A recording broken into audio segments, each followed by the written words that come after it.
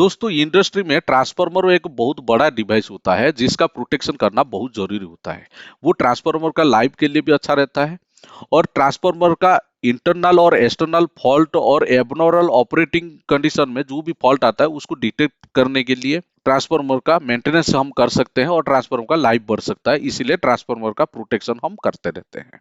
पहले हम बात करेंगे ट्रांसफार्मर का इंटरनल फॉल्ट के लिए हम कौन सा टाइप ऑफ प्रोटेक्शन करते हैं। एक करते हैं डिफरेंशियल प्रोटेक्शन जिसको 87T का नाम पे आप जानते हो। दूसरा करते हैं बुकेज रिले प्रोटेक्शन। तीसरा करते हैं temperature protection.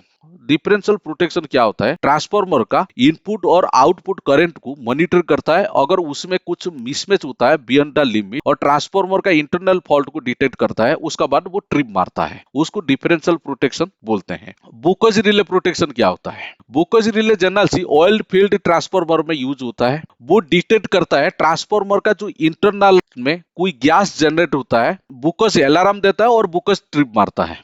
Temperature protection relay क्या करते हैं? टेम्परेचर प्रोटेक्शन जनरल सी ऑयल और वाइंडिंग टेम्परेचर को डिटेक्ट करता है। बियॉन्ड द लिमिट अगर टेम्परेचर चला जाता है तो फिर ये अलार्म देता है और ट्रांसफार्मर को ट्रिप मारता है। दूसरा हम बात करेंगे प्रोटेक्शन ऑफ एक्सटर्नल रिले। हम एक्सटर्नल फॉल्ट के बारे में बात करेंगे। एक्सटर्नल फॉल्ट में हम जनरल से यूज करते हैं ओवर करंट प्रोटेक्शन जिसको 50/51 के नाम पे जानते हो। 50 मतलब इंस्टेंटेनियस और टाइम डिलेड रहता है। 51 ओवर करंट रिले। इसको हम बैकअप प्रोटेक्शन के लिए भी यूज करते हैं जो एक्सटर्नल फॉल्ट के लिए।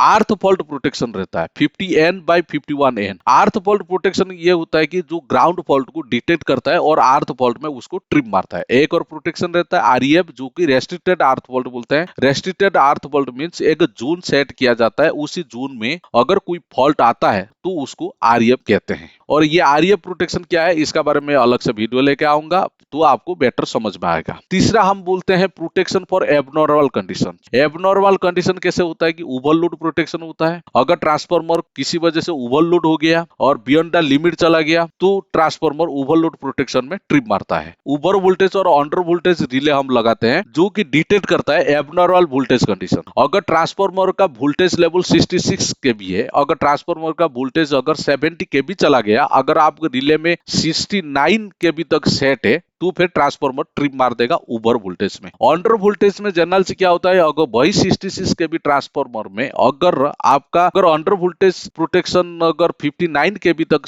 सेट है, अगर ट्रांसफार्मर अंडर वोल्टेज में 47 चला गया तो फिर अंडर वोल्टेज में ट्रिप मार देता है। तीसरा रहता है फ्रीक्वेंसी। अगर ट्रांसफार्मर फ्रीक्वेंसी बियॉन्ड लिमिट से चला जाता है तो फिर ट्रांसफार्मर ट्रिप मार देगा। जनरल से हम इंडिया में 50 हर्ट्ज तक यूज करते हैं। डिफरेंशियल प्रोटेक्शन रिले हम यूज करते हैं जिसको आप 87T का नाम पे जानते हो। ये प्रोपोज इसीलिए यूज होता है इंटरनल फॉल्ट डिटेक्शन के लिए। Over current relay, line feeder fault backup protection के लिए यूज होता है। अर्थ फॉल्ट रिले ग्राउंड फॉल्ट को डिटेक्ट करने के लिए यूज होता है। Bouquets relay gas internal fault की वजह से कोई भी अगर गैस जनरेट होता है ट्रांसफार्मर टैंक का अंदर, उसको डिटेक्ट करने के लिए बुकेज रिले यूज होता है। टेम्परेचर रिले ये मॉनिटरिंग करता है ट्रांसफार्मर ओवर हीटिंग तो नहीं है, वाइंडिंग हो या ऑयल हो। प्रेशर रिलीफ डिवाइस होता है जिसको आप PRD का नाम पे जानते हो। ये relief pressure build up in oil tank.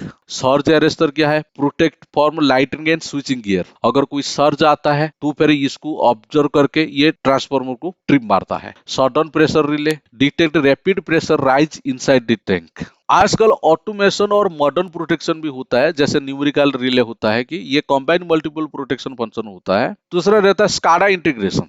उसी का जरिए से हम रिमोट मॉनिटरिंग भी कर सकते हैं, कंट्रोल भी कर सकते हैं और डाटा लॉगिंग भी कर सकते हैं। ये है ट्रांसफार्मर प्रोटेक्शन के बारे में। आपको ये वीडियो कैसा लगा आप कमेंट सेक्शन में जरूर बताइएगा। तब तक के लिए फिर मिलते हैं दूसरा वीडियो में। जय हिंद, जय भारत।